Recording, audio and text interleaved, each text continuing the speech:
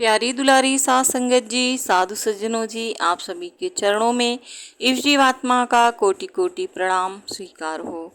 प्यारी दुलारी साध संगत जी, जैसा कि आप लोग हनुमान जी के बारे में जानते हैं कि बहुत ही वीर पराक्रमी और इंसा बलशाली कोई भी भक्त ऐसा नहीं हुआ है। और लेकिन ये आप सभी जानते हैं कि धर्म शास्त्र इनके अनुसार से सबका किसी न किसी कारण से किसी न किसी तरीके से यहाँ पे जन्म हुआ है। तो ऐसे ही हम लोग जानते हैं कि जो इनको माता जी थी, अंजना माता थी, वो पहले इंद्रलोक की एक बहुत ही अतुलनीय खूबसूरत अप्सरा थीं।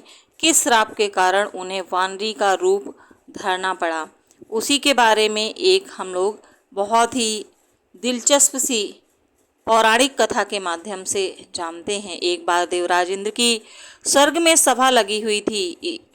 इस सभा में दुर्वासा ऋषि भी भाग ले रहे थे। जिस समय सभा में विचार विमर्श चल रहा था, उसी समय सभा के मध्य ही पुंजिक स्थली नामक इंद्रलोक की अप्सरा बार बार इधर से उधर आ जा रही थी।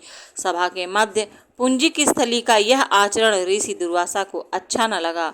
दुर्वासा ऋषि अपने क्रोध के लिए प्रसिद्ध हैं। उन्हें पुंजिक स्थली को कई बार टोक कर ऐसा करने से मना किया, लेकिन वो अनसुना कर वैसा ही करती रहीं।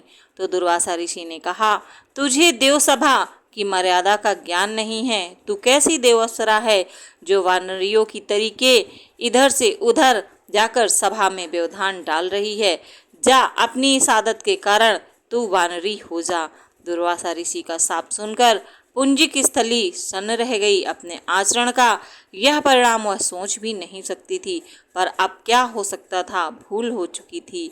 उसके कारण वह शापग्रस्त हो गई थी। उसने हाथ जोड़कर अनुनय विनय कर कहा, ऋषिवर, अपनी मूढ़ता के कारण यह भूल मैं अनजाने में कर गई और आपकी वर्जना पर भी ध्यान न दिया। सभा में व्यवधान डालने का मेरा कोई उद्देश्य न था। कृपया बताइए, अब आपके इस श्राप से मेरा उद्धार कैसे होगा। अप्सरा की विनती सुनकर ऋषि दुर्वासा पसीजे और बोले, अपनी इस चंचलता के कारण अगले जन्म में तू बानर जात के राजा विरज की कन्या के रूप में जन्म लेगी। तू देवसभा की अप्सरा है, अतः तेरे गर्भ से एक महान बलशाली यशस्वी तथा प्रभु भक्त का जन्म होगा। पुंजिक अप्सरा को थोड़ा संतोष हुआ। पुनर्जन्म में बानर राज विरज की कन्या के रूप में उसका जन्म हुआ। उसका नाम अंजना रखा गया।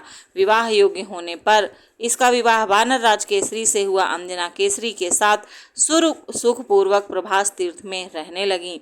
इस क्षेत्र में बहुत शांति थी तथा बहुत से ऋषि आश्रम बनाकर यज्ञादि करते रहते थे। एक बार ऐसा हुआ कि वन में विचरने वाले शंखबल नामक जंगली हाथी प्रमत्त हो उठा तथा वन में उत्पात मचाने लगा। उसने कई आश्रमों को रौंद डाला, यज्ञ वेदियां नष्ट कर दी। उसके भय से भागकर अनेक तपस्वी बालक आहत हो गए। कई आश्रम उजड़ गए। कई ऋषि मुनियों को आश्रम छोड़कर भागना पड़ा। केसरी को जब शंखबल नामक हाथी के इस उत्पात का पता लगा तो वह आश्रम तथा आश्रमवासियों की रक्षा के लिए वहां तत्काल आए और शंखबल को अब बड़ी कुशलता से घेर कर उसके दोनों दांतों को पकड़कर उखाड़ दिया। पीड़ा से चिघाड़ता हुआ वह हाथी वहीं धराशायी होकर के मर गया। आश्रम को रक्षा के लिए उनके अचानक पहुंचने तथा हाथी को मारकर आश्रम वासियों को निर्भय कर देने वाले केसरी का ऐसा बल देखकर ऋषि मुनि बहुत प्रसन्न हुए और केसरी के पास आकर आशीर्वाद देते हुए कहा, वानर राज केसरी, जिस प्रकार तुमने आज हम सब की तथा आश्रम की रक्षा की है, इसी प्रकार भविष्य में तुम्हारा होने वाला पुत्र पवन जैसे वेग वाला होगा तथा रुद्र जैसे महान बलशाली होगा। तुम्हारे बल तेज के साथ साथ उसमें पवन तथा रुद्र का भी तेज व्याप्त होगा। केसरी ने कहा, ऋषिवरों, मैंने तो बिना किसी कामना के प्रमत्त हाथी को संभाला था, नहीं तो किसी भी प्रकार से बस में नहीं आ रहा था। मारकर आपकी इस यज्ञ भूमि को निभाने में मैंने सहयोग किया है। आपका दिया हुआ यह आशीर्वाद मुझे सिरोधार्य है। केसरी ऋषियों को प्रणाम कर चले गए। समय आने पर अंजना के गर्भ से एक बालक का जन्म हुआ। उसमें अपने बाल्यकाल से ही ऋषियों द्वारा आशीर्वाद का तेज झलकने लगा। आश्रमों में वह पवन वेग की तरह जहां तहां पहुंच जाते। आश्रमों में विघ्न डालने वाले वन्य जीवों तथा दुष्ट व्यक्तियों को अपार बल से खदेड़ देते। अपने इस पराक्रम से वह मदमत हो जाते। अपने साथियों के साथ वह आश्रमों में कीड़ा करने लगते।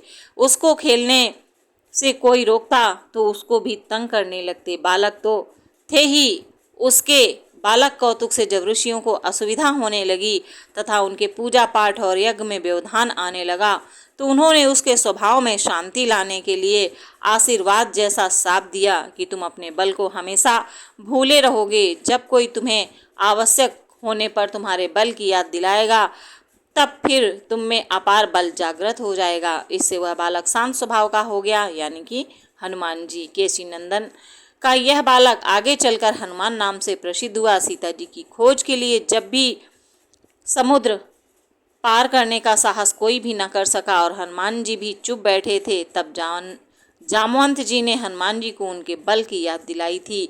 तब उन्होंने समुद्र पार कर सीता जी की खोज की और उन्होंने एक बहुत ही अहम भूमिका निभाई।